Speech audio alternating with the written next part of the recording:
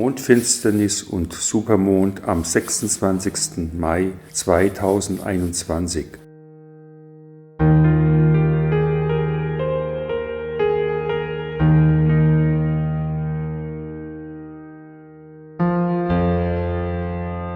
Fakt ist, am 26. Mai 2021 wird der Mond, sofern das Wetter mitspielt, objektiv nicht nur etwas heller und größer am Himmel erscheinen, er wird sich außerdem in manchen Teilen der Welt verfinstern.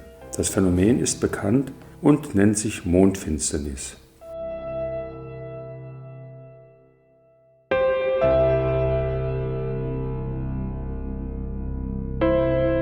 Zunächst zum Supermond, der eigentlich ein Vollmond ist, nur mit dem Unterschied, dass er der Erde auf seiner elliptischen Bahn deutlich näher kommt als im Mittel.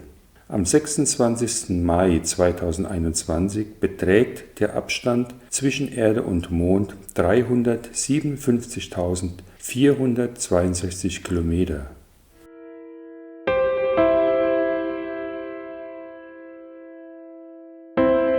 Am Nachthimmel ist der Größenunterschied kaum wahrnehmbar. Der Begriff Supermond wurde 1979 vom Astrologen Richard Nolle eingeführt. Nolle behauptete einen Zusammenhang zwischen dem Supermond und dem Auftreten von Erdbeben und Vulkanausbrüchen. Das gilt inzwischen als widerlegt. Der Begriff Supermond aber blieb.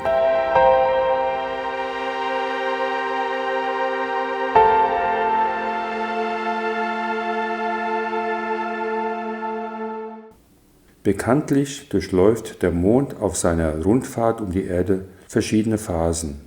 Bei Vollmond stehen Sonne, Erde und Mond in einer Reihe. Alle 29,5 Tage ist das der Fall. Die gleichen Voraussetzungen gelten für die Mondfinsternis. Mit anderen Worten, eine Mondfinsternis ereignet sich nur bei Vollmond. Auch hier kommt es auf die Stellung Sonne, Erde, Mond an, mit der Besonderheit, dass die Reihung besonders präzise ausfällt, wie auf einer Perlenschnur aufgezogen. In dieser Konstellation schiebt sich die Erde für kurze Zeit vor die Sonne und wirft ihren Schatten auf den Mond. Am 26. Mai 2021 ist dieser Schatten wegen der Nähe zur Erde größer als im Durchschnitt. Leider gibt es einen kleinen Wermutstropfen. Für Menschen in Europa und Afrika ist die Mondfinsternis nicht zu sehen. Sie spielt sich hinter dem Horizont auf der anderen Seite der Erdkugel ab. Zusammenfassend kann gesagt werden, Supermond und Mondfinsternis ereignen sich nicht zufällig am selben Tag, aber der Doppelpack hat Seltenheitswert. Super anzusehen ist der Nachthimmel am 26. Mai 2021 in jedem Fall.